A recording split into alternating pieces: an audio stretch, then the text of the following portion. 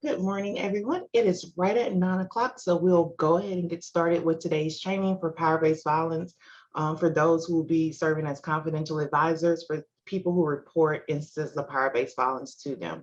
Under the new legislation, Title IX related legislation that was passed with the last legislature, under Act 472, there are certain requirements for those who will be serving as confidential advisors, which requires additional training that is done in collaboration with the Louisiana Office of the Attorney General and the Louisiana Board of Regents. Today, I'm happy to have some really great people in Louisiana doing some really great work that a lot of you are already familiar with.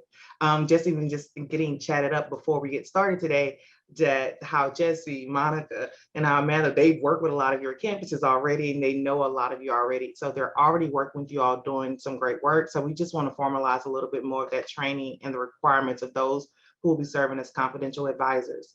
What's unique about this particular legislation that normally our campuses, there's some type of campus training program, and then a person becomes a confidential advisor. Under Act 472, it is required that you view this particular training in addition to whatever your campus has, but you have to view this particular training.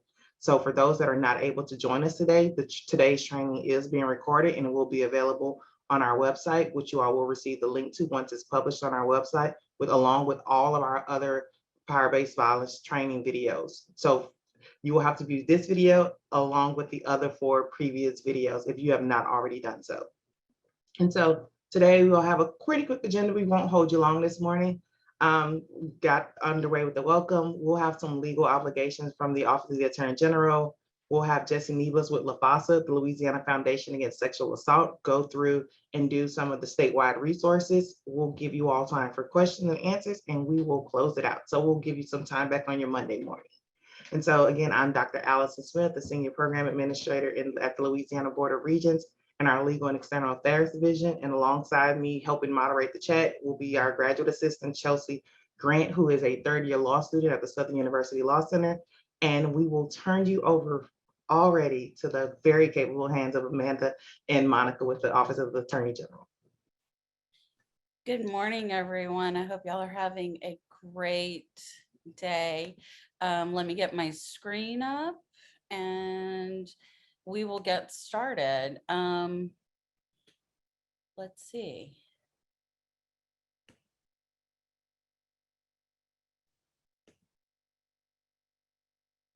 Okay. Good morning. So with the new legislation that's been passed, there are certain things that you guys all need to know. And just to let you know, my name is Monica Taylor and I work for the Louisiana Attorney General, Jeff Landry. My colleague Amanda is going to go over some of the legal aspects of it. I am not an attorney, but I focus on training mostly law enforcement, but do train other groups on how to deal with victims of sexual assault, domestic violence, human trafficking. So let's go ahead and just kind of jump in. So let's talk about what is the definition of a confidential advisor. And it is an individual to whom victims of power-based violence can report anonymously or directly without the person being obligated to report the crime to the university or to law enforcement. As you see there at the bottom, I've got a little notation to let you know that that is if your victims are between the ages of 18 and 60. I know, so 18 or older there, but it should say between the ages of 18 and 60. Anyone under the age of 18, you must report it to police. Anyone over the age of 60, you must report it. That is Louisiana law.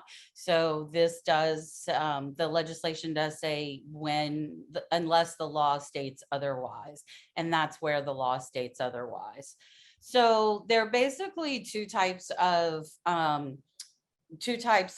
employees on campus. So you have a responsible employee, and that is an employee who has to notify Title IX whenever somebody discloses that they have had some kind of power-based violence perpetrated against them. So faculty, grief life, administrators, coaches, all of those people.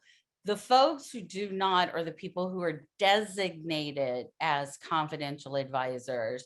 So if you are not a person who has been designated, then you must report. And it's really that simple and cut and dry. So what are your responsibilities? So there's a couple of things. The first thing that you should know is that legislation, if it uses the word shall, that means you must. You have to do it. You don't have a choice. That's what it is in the legislation. If the legislation reads may, that means you have that option to do it. You need to use your discretion. So let's start off with some of the things that you shall do. And then I'll go into a little bit more detail in a little bit. And so will Amanda. So you must, you shall, must tell them what their rights are under federal and state law, as well as the institution. You must give them the option, all of their reporting options, whether it's to the university or to local law enforcement. I will add to this point is that if they do decide that they want to report, before they decide they want to report, you need to make sure that they understand once they report, some of the decision making is out of their hands and they will no longer be able to make the decisions. So, for instance, once a crime is reported to law enforcement, so let's say it's domestic violence, somebody says that they had, somebody attacked them. Once a domestic violence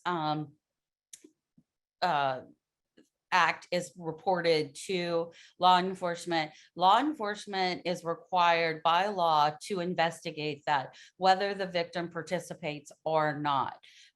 Sexual assault, that is considered, while I understand that that is a crime against a person, it is also considered a crime of the state. And so the state will then prosecute or investigate as it sees fit. So the victims, the decisions may be out of their hands. We also want all of our confidential advisors to be able to explain the investigation and discipline procedures within the university, which are completely separate than the criminal justice system.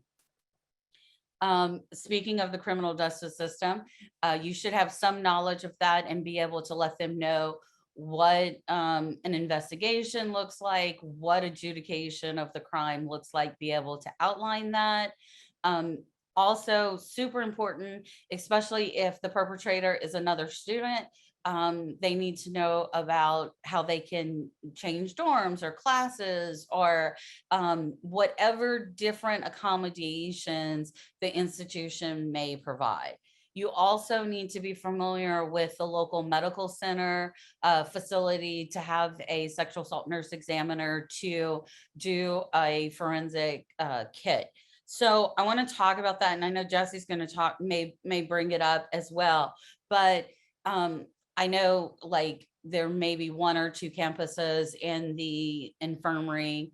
You have a sexual assault nurse examiner there, but this is a specially trained nurse who is qualified and understands how to not only administer the kit to the victim, but also how to testify in court, which is very important.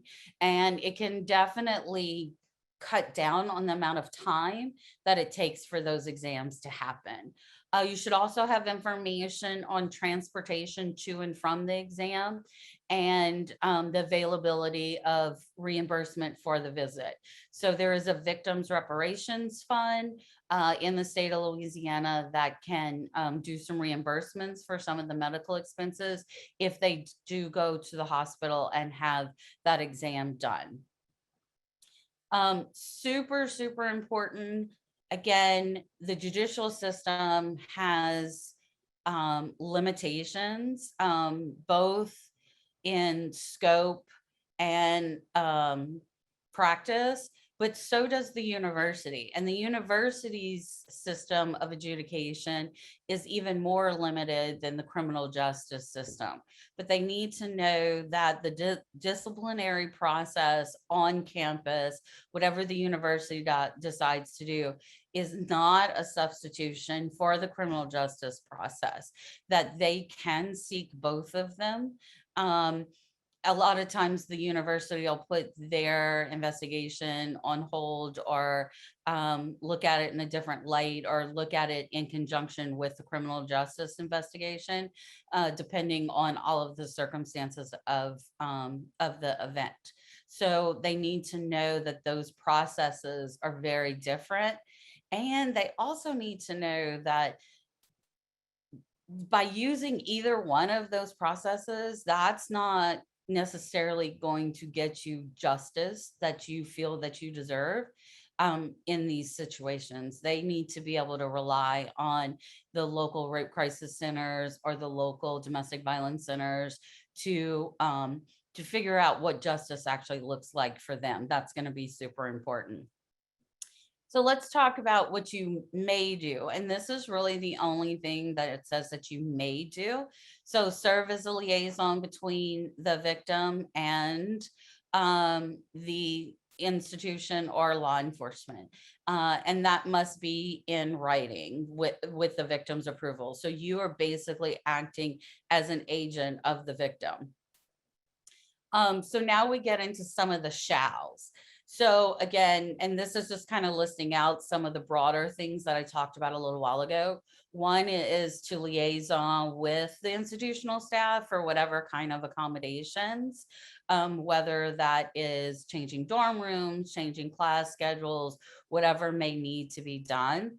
Accompanying the victim when requested to interviews and other procedures. So if they do decide to go through the university system and they have interviews with investigators, they can ask for you to be with them and serve as an advocate for them. You also need to, like I said, advise them of the rights and responsibilities of the institution. The institution has certain things that they need to do to make sure that their students are being protected. And some of that is information about protective orders, restraining orders, stay away orders. The universities, also some universities can assist with that. And they do have some orders where, like on campus, you have to stay away from certain areas and things like that for accused perpetrators. So this is what a confidential advisor shall not do. You are under no obligation whatsoever to report the crime to the institution or to law enforcement. You don't want to reveal the identity of the victim or the accused. In addition to that, if you do work with a victim and you are trying to get accommodations for them, whatever that may be, it shall not trigger an investigation by the institution.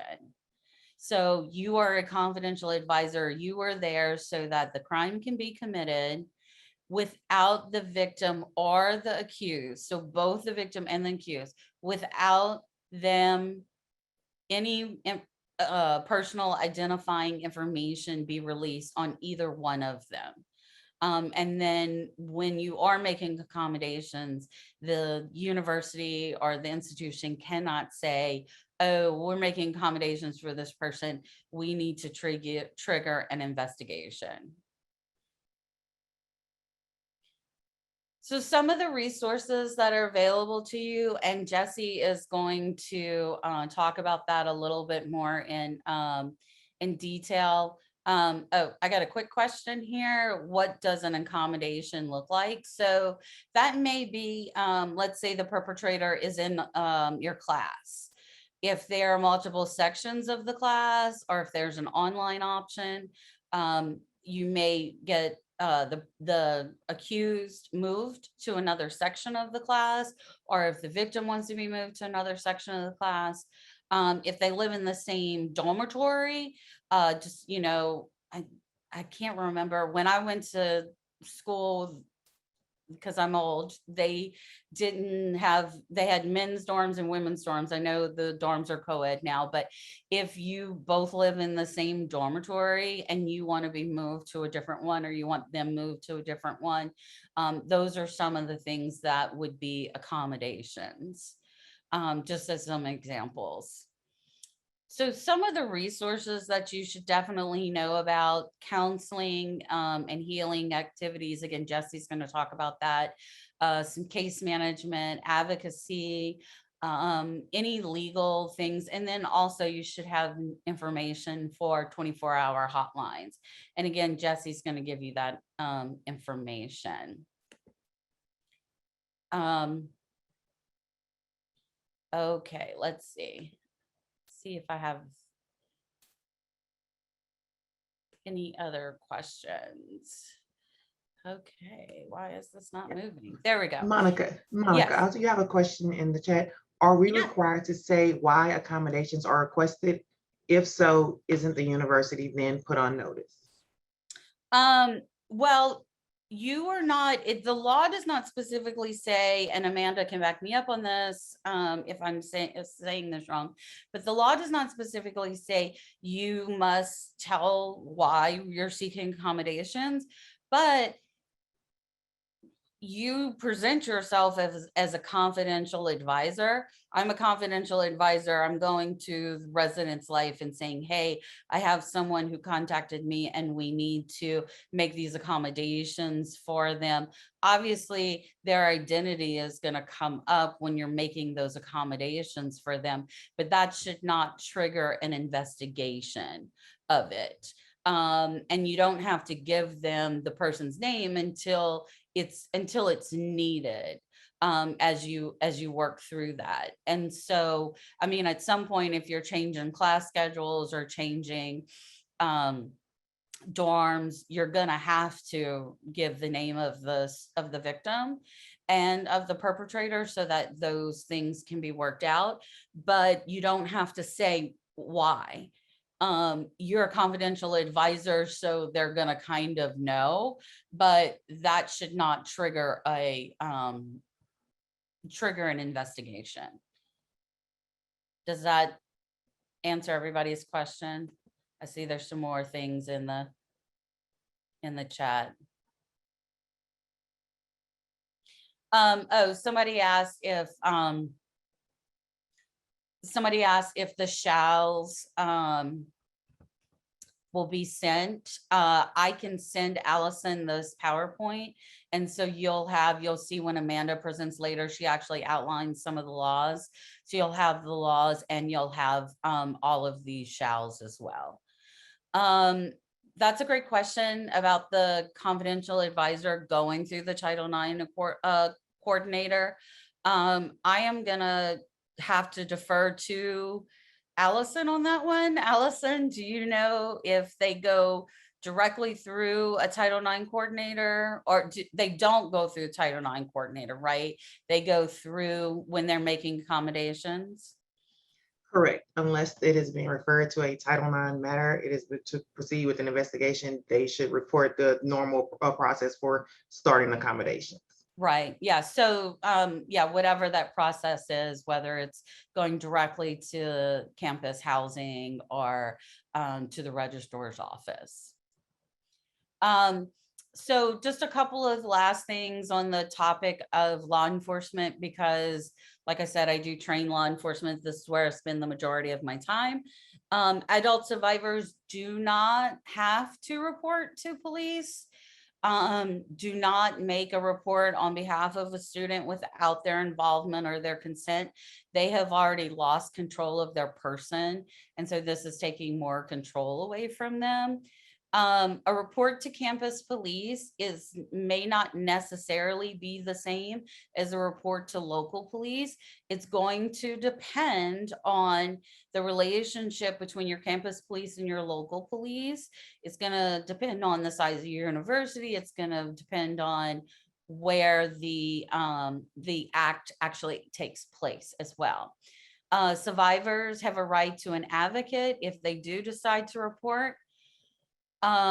Investigation times vary. It could take, especially when you're going through the criminal justice system, we see 2-3 years before a case gets to court.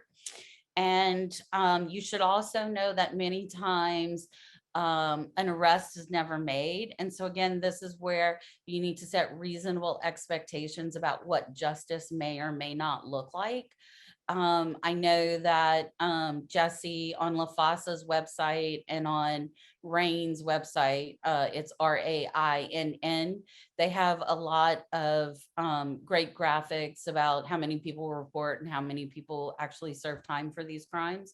So you can take a look at all of that. I think I am done. So, well, that part of it is done. And so Amanda is going to get into some of the legal parts of it. Amanda, can you advance these slides or do I need to do that for you? I don't think that I can. Okay, I can do it for you. Just tell me when. Okay, thank you. Hi, I'm Amanda LaGrew. I'm an assistant attorney general in the education section, and I'm going to be going over the rights of the victim under state law and federal law and kind of briefly discuss the criminal adjudication process. So first, we're going to discuss federal law. There are two federal statutes that establish the victim's rights. It's the Crime Victims' Rights Act, which sets forth the rights that a person has as a victim of a crime, and the Victims' Right and Restitution Act, which describes the services the federal government is required to provide to victims of a federal crime. First, we're going to be going over the Crime Victims' Right Act, and this is codified as 18 USC 3771. And for purposes of both of these acts, the victims are defined in specific ways in the law. So under the Crime Victims' Right Act, a crime victim is a person who has been directly and proximately harmed, either physically, emotionally, or financially, as a result of the commission of a federal offense or an offense in the District of Columbia. The Crime Victims' Right Act enumerates specific rights afforded to the victims in federal crime cases. You can kind of think of this as a victim's Bill of Rights under federal law. So this section directs the federal courts and law enforcement officials to see to it that the rights it creates are honored. Both victims and prosecutors may assert the rights and seek review from appellate courts should the rights be initially denied by the court. And as you can see, these rights are pretty extensive. I'm not going to read through all of them, but some of the bigger ones are the right to be reasonably protected from the accused, the right to be timely notified of all proceedings, the right for the proceedings to be free from reasonable delay, and then also for the victim to be notified of any plea bargain or deferred prosecution as it relates to the accused. Also in section 10 of the Crime Victims' Right Act, it references the Victims' Rights and Restitution Acts, and it references the right of the victim to be reasonably informed of their rights under the Victims' Right and Restitution Act. All right, if we can go to the next slide. And this is the Victims' Right and Restitution Act. It's codified as 34 USCA section 20141. I included the site that it was formerly cited as, because if you kind of research it, you may see that there's still some references to that site. So it describes the services, this act describes the services that the federal government is required to provide victims of a federal crime. It expands the scope of the victim's rights and directs all federal agencies involved in law enforcement to make their best efforts to ensure that identified victims' rights are protected. And so these are the services, but under this act, a crime victim is defined as a person who has suffered direct physical, emotional, or pecuniary harm as a result of the commission of a crime. And under the Victims' Rights and Restitution Act, some of the services that the victims are entitled to are right to receive medical service, social services, right to be informed of private and public counseling, the reasonable protection against the accused, and then the right to have any property returned that's being held for evidentiary purposes. So that's And- kind of the expanse of the federal law. There's the two most important statutes concerning the victim's rights under federal law. So if we go to the next slide, please. Yeah, and before we go, I just want to add real quick. So under the Victims' Rights and Restitution Act, if a victim can decide to get a sexual assault forensic kit done, processed, to have that exam done and be reimbursed under the Restitution Act. And they do not have to, at that time, file a complaint with the criminal justice system. You can do what we call an anonymous kit, an unreported kit. And so, and you can still get restitution for that. And then, so we're going to move on to state law, and the basis of the victim's rights under state law comes from the Louisiana Constitution. It's Article 1, Section 25, and it's Declaration of Rights of the Victim. This provides the basic rights for the victim, and also some of the rights of the victim are statutorily mandated as well. The Louisiana constitutional article establishes that victims have specific enumerated rights, and it's quite a few of them. It's the right to notice, similar to the federal statutes, right to notice, right to be heard, right to be informed of the release of the accused from custody, right to confer with the prosecution prior to final disposition of the case. Also restitution and the right to refuse to be interviewed by the accused. Let's see. So also actually, if we go to the next slide. All right, and this is other specific provisions of the constitutional article.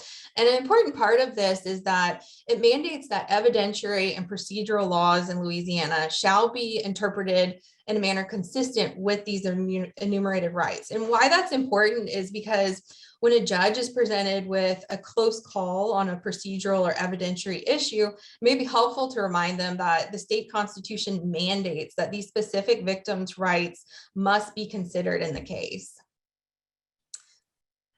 And then next we can go to the statutory provisions of the victims' rights. This is codified in Louisiana Revised Statute 46-1841. This ensures that all victims and witnesses of a crime are treated with dignity, respect, courtesy, and sensitivity. And it kind of just goes on to this is actually the statute right here is the legislative intent. This shows why the statute was enacted and that it's consistent with the constitutional provision of the victim's rights. Let's see. So also, under this statute, it defines victim as well. And victim is defined as any person whom the following offenses have been committed, either a homicide or felony offense, a sexual offense, offenses of vehicular negligent injuring, first degree vehicular negligent injuring, and then any offense committed against a person as defined as a family or household member, also as a dating partner. So all of these can constitute the victim, and that what the rights are of the victim are codified in this section.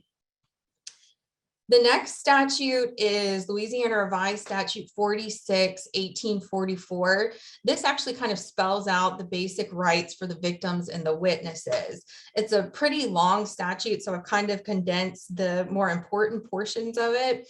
And this is just a summary of the articulated basic rights of the victim. And the statute goes into more specifics.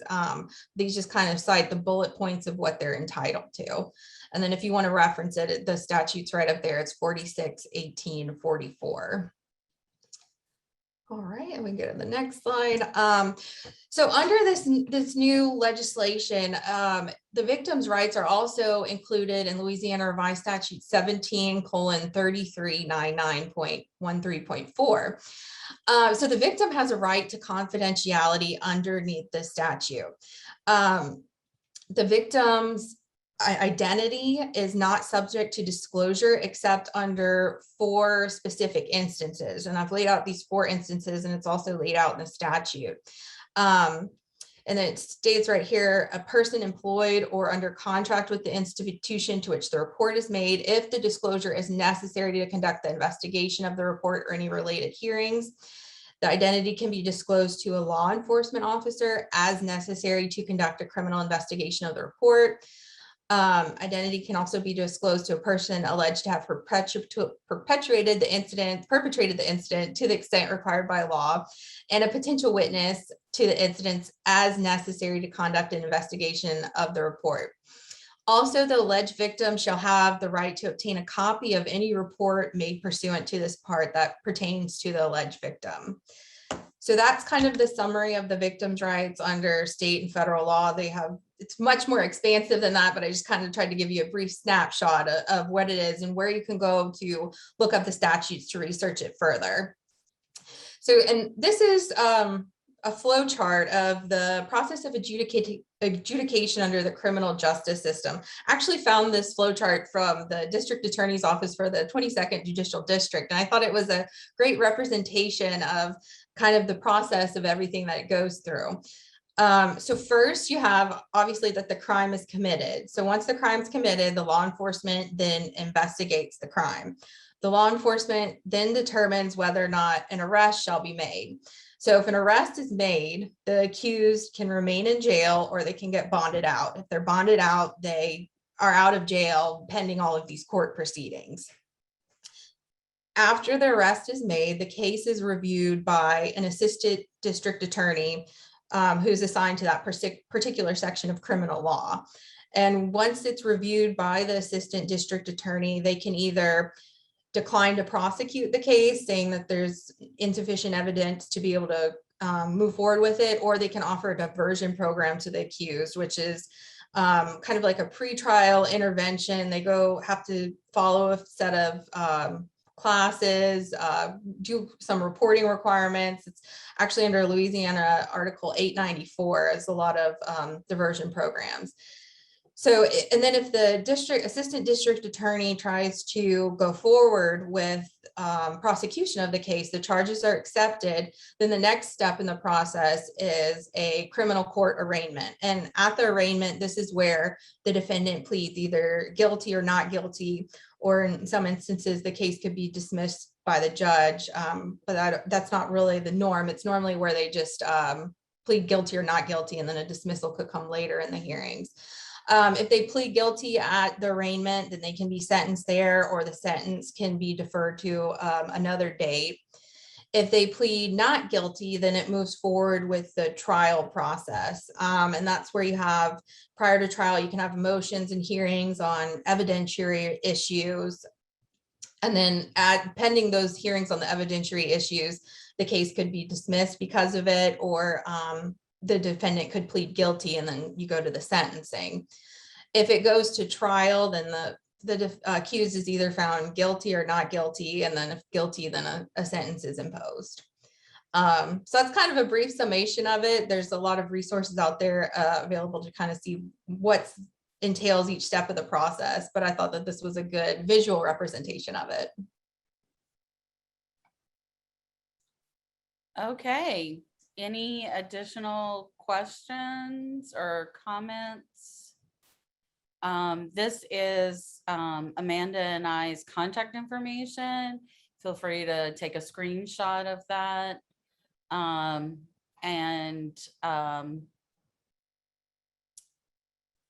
That is it. Allison, anything else? Now, there's one other question that was in the chat, but I will follow up on that particular question.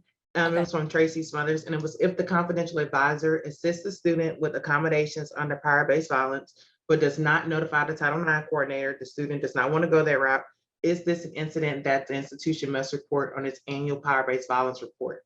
I'm going to do a little bit more digging to get a little bit more concrete answer, but I will also provide that email to you all later, the answer to that particular email, and I'll follow up on that. And Allison, later today, I will send you the copy of our slides, and you can feel free to share those with folks so that they have that information in front of them. Awesome, thank you very much. And now we are going to turn it over to Jesse Neebus, who is with the Louisiana Foundation Against Sexual Assault.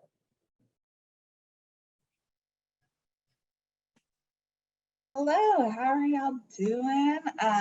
Good morning, happy Monday to those who are watching this live. Thank you so much, Monica. I really want to, reiterate throughout my presentation a lot of the discussions that you and Amanda had around informed consent and making sure that survivors are involved in the process, even when the legislation kind of takes some things out of their hands. Once certain things are set into motion, I really appreciated that emphasis. So today I'm going to be talking about sexual assault prevention and response services that are available in Louisiana. My name is Destiny Outlas, and I am the Director of Education and Prevention at the Louisiana Foundation Against Sexual Assault. Today, I'm going to be talking about LaFossa and the accredited sexual assault centers throughout the state, and then getting into a little bit about the available services for survivors and some of the available trainings, technical assistance, and resources that are available to institutions, including colleges and universities statewide. And I will be, kind of keeping an eye on the chat, but if there's something that I don't get to until the end, we'll make sure to cover it. So LaFossa is the federally mandated state designated coalition of sexual assault centers. We sometimes call them SACs. In other areas, they're often referred to as rape crisis centers, allied professionals and organizations and survivors. LaFossa is the accrediting body for SACs. We run every 2 years, we run an accreditation process to look at operations, personnel, training, and then the services that are provided. And we assign between levels 1 and 3 based on the quantity of services that are offered by the SAC. So it's not to say that a level 3 center runs a better hotline than a level 1 center. It's to say that they offer other services such as support groups, for example. We are also the training and technical assistance provider to SACs and other agencies, organizations, companies, and schools. And some of our programs include a legal advocacy program. We run the statewide hotline, and we're going to be launching a text or chat helpline next month, actually. We have services specifically for Department of Corrections facilities and incarcerated individuals. We have a college and university program, and we do primary prevention. And primary prevention refers to stopping, in this case, sexual violence before it occurs. So we know that a trauma-informed immediate response, investigation, and long-term support and accountability measures are very important, but we also want to emphasize the importance of stopping sexual violence before it happens through community education, social change campaigns, making changes to the environment to make it safer, offering opportunities for marginalized individuals to decrease the inequality that can influence sexual assault, and other really important social supports. So this is the map of sexual assault center services throughout Louisiana. You can find this map in perhaps an easier to read version if you go to lafossa.org and you click Need Help. It's one of the buttons, depending on if you're on a mobile or a desktop, it'll be either across the bottom or along the side of your screen. And that will have a list of the centers as well as the statewide hotline information. And so to the best of my understanding, all four-year colleges and universities in the state of Louisiana are served by an accredited sexual assault center. And so these folks might be your main points of contact related to questions, to training, to services, and to resources for survivors. I do want to point out that the white parishes in the north central part of the state, so that's going to be Wynne, Catahoula, Concordia, and LaSalle, are unserved by a local sexual assault center. However, LaFossa is available to assist survivors in that area, both through our statewide hotline as well as, again, soon to be launched chat line, as well as legal advocacy, and we can try to make other accommodations as necessary. So if you have a survivor who's from that area or if somebody comes to you and they need services in those parishes, they are not alone. However, there is not a designated local sexual assault center for that area.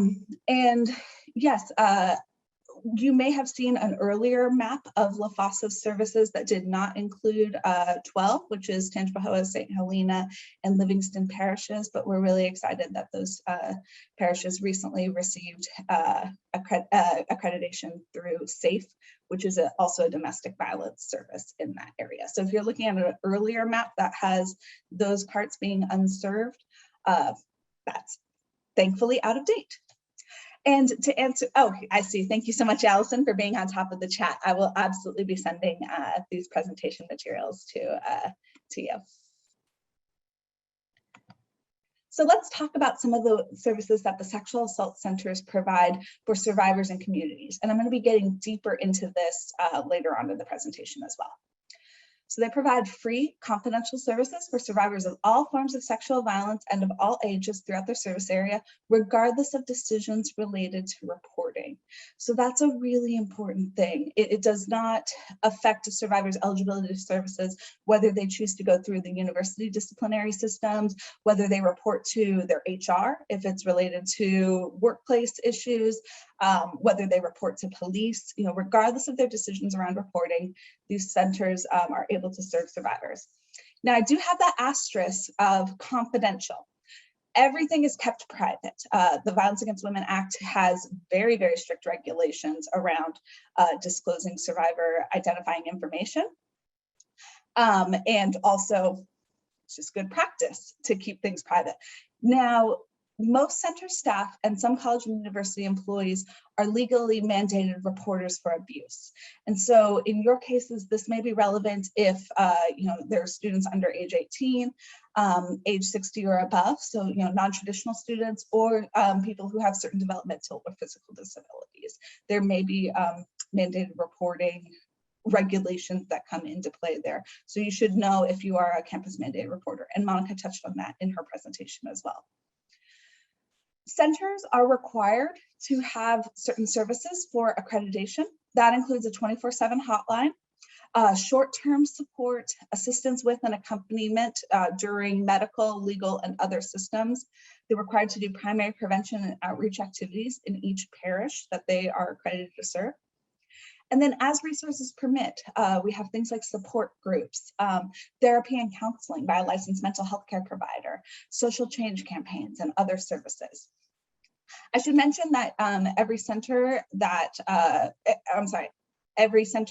staff member or volunteer who serves survivors has gone through a 40-hour training, which does give them advocate privilege. So they've gone through really intensive trainings at the beginning of their hire before they start to serve survivors, and then also receive continuing education, both as if they are a licensed social worker or a counselor, that could be a part of their professional accreditation, or it could be a requirement through FOSSA to be an accredited center to offer that continuing education.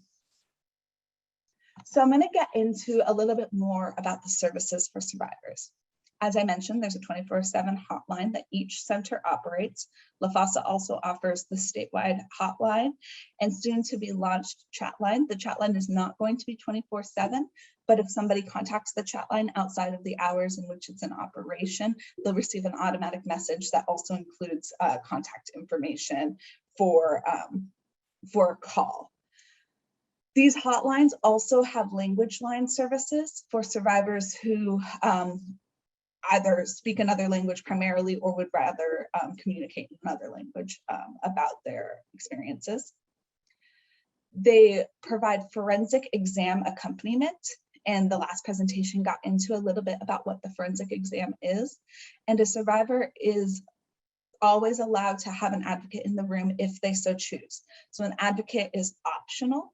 They will be sent out if a survivor presents at a hospital or healthcare facility for an exam, but it is entirely up to the survivor how they want to have an advocate present, or even if they want an advocate present for that.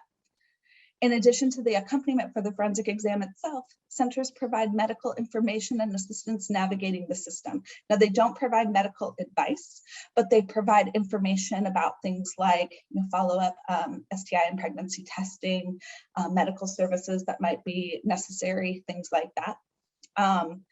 They provide advocacy in criminal and legal systems. This includes the crime victims' reparations that was discussed in the previous presentation. So if a survivor does incur expenses, then they can get reimbursement through that, through crime victims reparations. And there are special accommodations that are made for sexual offenses and survivors of sexual offenses specifically. Advocacy with other systems, and this can include things like housing, if a survivor was assaulted in their home or if they're being sexually harassed by their landlord, for example. Education, such as the college and university systems, but also K through 12. And then workplace accommodations if needed. So assistance filing an EEOC complaint, or just talking about how to talk to HR if that's what a survivor chooses. Short-term emotional support, and then sometimes counseling and long-term therapy, both individual and group. And then also centers can provide services and information for loved ones. We know that sexual violence can have an impact on people who are related to the survivor, people who love the survivor, friends, partners, all kinds of things. It does have a ripple effect, and it's really important to support loved ones and to help them know how best to support the person in their life who is a survivor of sexual violence. And I should point out also that a lot of these services are thought of as the immediate aftermath of a sexual assault, and some of them are limited to that. For example, a forensic exam. There's only so long after an assault where that might be an option. But a lot of times, if somebody was assaulted as a child or years ago, that can be very re-traumatizing. It can come back and become something that impacts their lives. And so they can seek help at that point. So that's what I meant when I said, like, we serve people regardless of age, whatever they decided around reporting when the assault happened, and all kinds of factors that might have impacted somebody's decisions. In addition to these direct services for survivors, centers also do systems-based and systems change work, as does LaFossa ourselves. So these include coalitions of prevention and interventions focused agencies. These are often called SARTs, sexual assault response teams. And some of you might actually sit on a SART for your local area. And in fact, we encourage colleges and universities to do so. And SARTs can be set up differently depending on the area. Some of them very much do case review. And so somebody's participation may be very limited because they might get information about an assault, for example, or it's really open only to the people who are directly relevant and the entities that are directly relevant. And those case reviews are designed to look at what went well, what might be changed, what might have impacted a particular survivor's decision around reporting, or how the process went from initial report through investigation and then potentially the trial and adjudication, for example. And some are much more systems focused. So they may not look at individual cases and do case review, but instead they might look at how the institutions can work better with each other, or sharing and collaboration, or looking at emerging practices within the field. So that's primarily what we're looking at when we're talking about different intervention-focused agencies.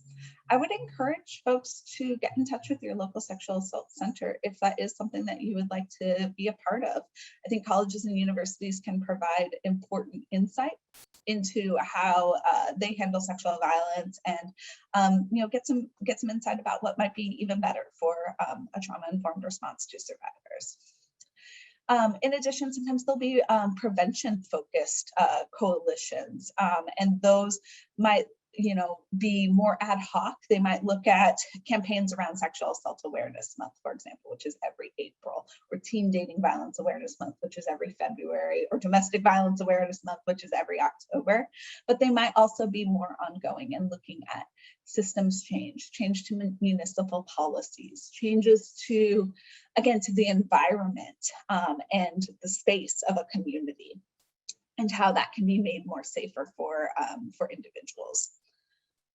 In addition, LaFossa convenes regional campus meetings every quarter, and those are convened by my colleague, Samantha Shepard. Her contact information is going to be given at the end of this presentation.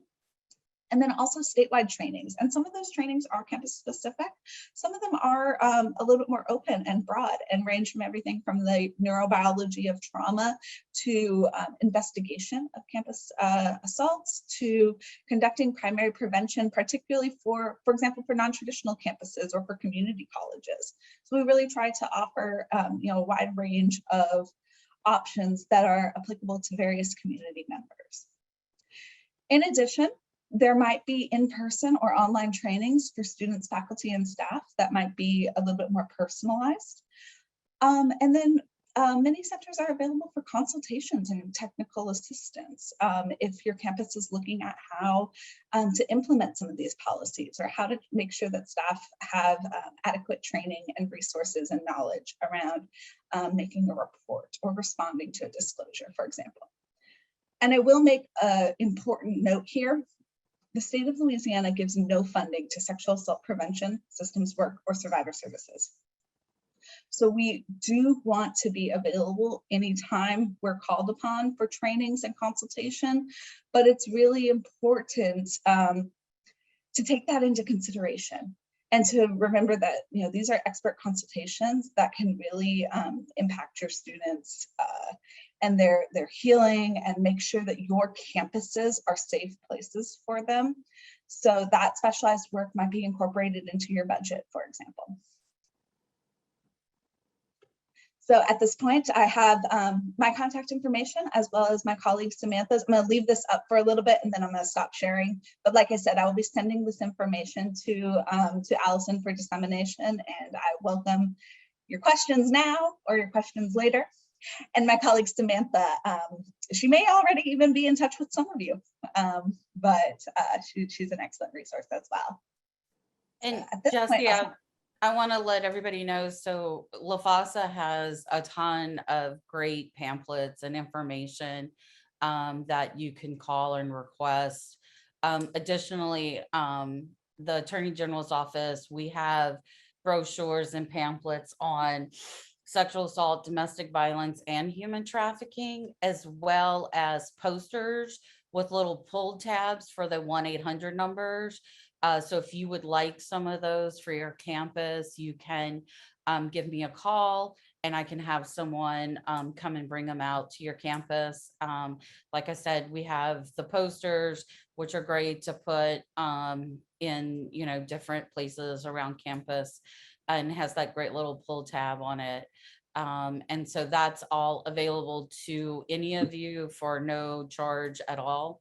Just contact me and we can get those put up. We can get those out to you to be put up.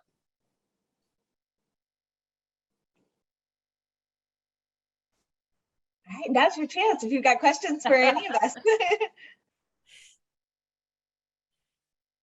We'll give it another moment if there are any questions. I am going to drop in the chat the website if you need to access any of our existing PowerBased violence trainings or any other resources. When you receive a follow-up from attending this training, it will let you know that today's webinar and presentation slides are live on our site. And so be on the lookout for that. That will come later. And so drop it in the chat. That's all of our current PowerBased violence materials. And again, after the conclusion of this webinar, you'll receive some additional instructions and access to today's presentation and slides. But if there will be no other questions, I would like to thank you all for joining us today for this webinar specifically for confidential advisors. Thank you, Jesse, Monica, Amanda.